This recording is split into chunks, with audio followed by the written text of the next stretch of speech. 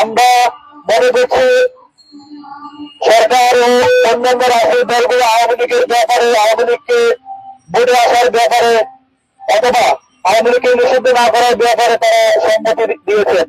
যার উদাহরণ হবে ডক্টর মোহাম্মদ ইউনূসের আমরা দেখেছি বিবিসি সাক্ষাৎকারে বলেছেন আওয়ামী লীগকে নির্বাচন করার সিদ্ধান্ত আওয়ামী লীগই নিবে অথবা নির্বাচন কমিশন নিবে। এটা আমরা দেখছি একটা স্পষ্ট ষড়যন্ত্র। আমরা মনে করছি বৈদেশিক চাপ অথবা অন্য কোনো চাপে সরকার থেকে এই ধরনের বক্তব্য আসছে, এটার আমরা তীব্র নিন্দা জানাই। এই সরকার রক্তের উপর দাঁড়িয়ে তারা চেয়ারে বসেছে।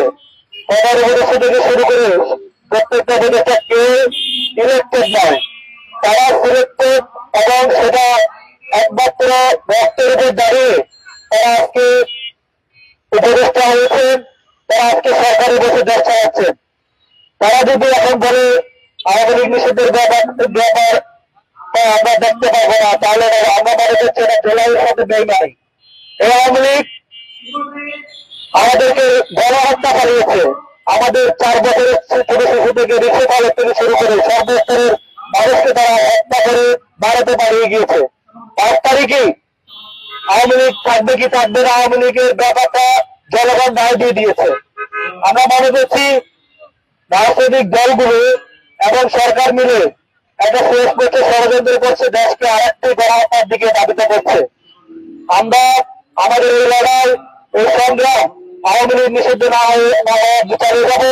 আমরা যদি প্রয়োজন হয় আরেকটি গণ অভ্যুত্থান করাবো, তবুও বাংলার মাটিতে আওয়ামী লীগকে আমরা কষ্ট দিব না।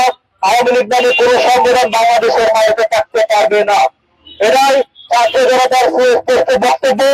আমরা আমাদের লড়াই চালিয়ে যাব। সরকার যদি আওয়ামী লীগ নিষিদ্ধ না করে আমরা সরকারকে বাধ্য করব। রাজনৈতিক দলগুলো যদি একমত না হয় আমরা রাজনৈতিক দলগুলোকে বাধ্য করবো আমাদের ছাত্র জনতাকে আবার সংগঠিত করে আওয়ামী লীগকে নিষিদ্ধ করতে। আমরা হতাশ হচ্ছি না, কিন্তু আমরা খুবই ক্ষিপ্ত সরকারের প্রতি। কারণ আওয়ামী লীগকে নিষিদ্ধ না করার ব্যাপারে কি আছে? এরা তো সববাসী হলো যে একটা গণহত্যা চালিয়ে বাংলাদেশ থেকে পালিয়ে গিয়েছে।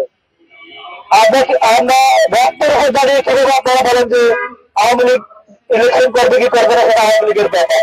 এটা সুস্পষ্ট গাদ্দারি, এটা রক্তের সাথে বেইমানি।